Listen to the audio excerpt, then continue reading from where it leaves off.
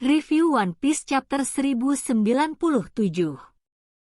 Di cover kita bisa melihat Kuma sedang menangkap ikan di sungai dengan menggunakan kekuatan Nikyu no Mi, dan Ginny menunggu di tepi sungai sudah siap dengan tempat bakarannya.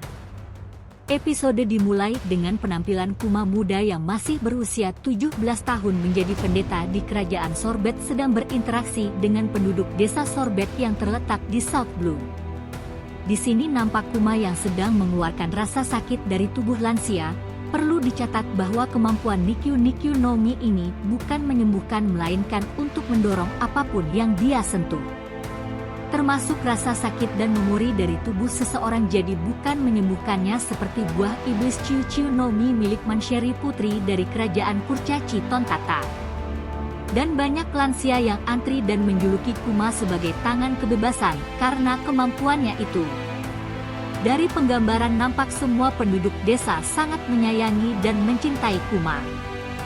Berikutnya berpindah ke dalam gereja. Di situ nampak Ginny yang berusia 21 tahun yang tumbuh sebagai wanita yang sangat cantik sehingga penduduk desa sangat mencintainya, terutama kaum laki-laki.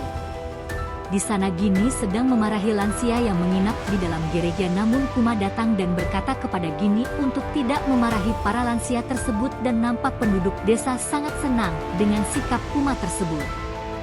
Dilanjutkan, penduduk desa bercerita kepada Ginny dan Kuma bahwa telah ada raja baru yang bernama Raja Beroki, namun pemerintahannya tidak disenangi rakyat karena dia sangat kejam dan kasar serta menarik upeti walaupun rakyat itu miskin ataupun sedang sakit.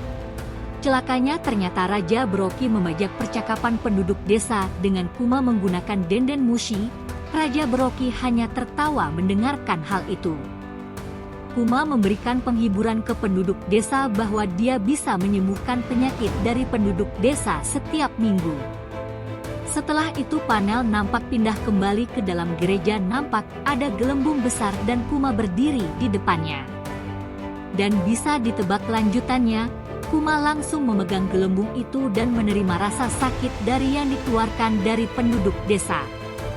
Setelah itu nampak Kuma tumbang dan Ginny hanya bisa menangis sambil memegang kakinya di luar gereja. Di esok harinya nampak Kuma yang terbaring dan Ginny dengan sabar dan perhatian merawatnya. Berlanjut di mana Kuma sudah berusia 22 tahun, di mana Ginny meminta Kuma untuk menikahinya, tapi ternyata Kuma menolak dengan sopan. Di sini terlihat Ginny nampak sangat marah. Ternyata alasan Kuma menolak Ginny karena tidak ingin mereka bernasib seperti orang tuanya. Kemudian Kuma menunjukkan Ginny sebuah artikel tentang Monkey D. Dragon, seorang pejuang kebebasan. Dia mengagumi dragon, dan dia juga ingin mengabdikan hidupnya untuk menyelamatkan orang lain. Kemudian ditampilkan juga panel dua pemuda yang membawakan Ginny ikan yang banyak. Sepertinya dua pemuda ini yang akan menjadi nakama dari Bonnie karena sangat mirip. Kemudian Ginny terlihat melempar Kuma dengan ember. Lanjut ditampilkan Kuma sudah umur 25 tahun. Di sana Kuma terlibat pertempuran dengan pasukan kerajaan karena memperbudak salah satu penduduk desa. Ternyata terungkap bahwa Raja Beroki memerintahkan pasukan kerajaan untuk bebas memperbudak penduduk bagian selatan. Ini membuat Kuma sangat marah dan menyerang pasukan kerajaan dengan jurusnya Ursus Hop. Dalam bahasa Indonesia diartikan hantaman beruang. Panel kembali ke kerajaan di mana nampak Raja Sorbet Beroki berencana membagi Sorbet menjadi dua bagian, yaitu bagian utara menjadi tempat pemerintahan dan bagian selatan menjadi tempat pembuangan untuk orang-orang tua dan miskin karena tidak mampu membayar upeti. Menurutnya, hal ini akan membantu kerajaan Sorbet berkembang. Kemudian ditampilkan sebuah penjara di mana Kuma, Ginny dan pengikutnya berada di dalamnya. Tepat ketika keadaan tampak suram, sebuah ledakan terjadi di jantung kerajaan.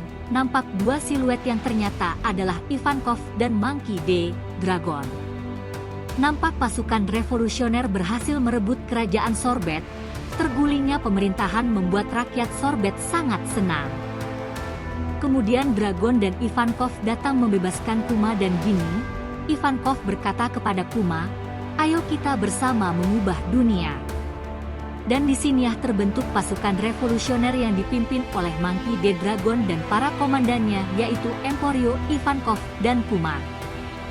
Panel berpindah di tengah lautan di mana Dragon berbicara dengan Ivankov dan Kuma bahwa pasukan revolusioner membutuhkan dana yang besar agar pasukan revolusioner menjadi besar dan bisa tersebar di berbagai negara guna mengubah dunia. Diceritakan juga bahwa ternyata Dragon pernah menjadi bagian dari marinir, dan dia percaya bahwa keadilan tidak ada di seluruh tubuh marinir. Kemudian Kuma meyakinkan Dragon dan berkata bahwa dia akan selalu mengikutinya. Panel berlanjut menceritakan 8 tahun setelah Kuma bergabung dengan pasukan revolusioner. Nampak Kuma kembali ke gereja di kerajaan Sorbet yang dulu pernah ia tinggali. Panel juga menampakkan Ginny yang tumbuh dewasa. Ginny berkata bahwa dia besok akan bergabung dengan pasukan Kuma. Episode ditutup dengan beralih di Baltigo, markas pasukan revolusioner di mana Dragon nampak cemas karena mendapatkan laporan bahwa Ginny telah diculik oleh musuh yang tidak diduga. Apa yang akan terjadi dengan Ginny? Kita tunggu saja di chapter selanjutnya. Jangan lupa like, share, dan subscribe. Terima kasih.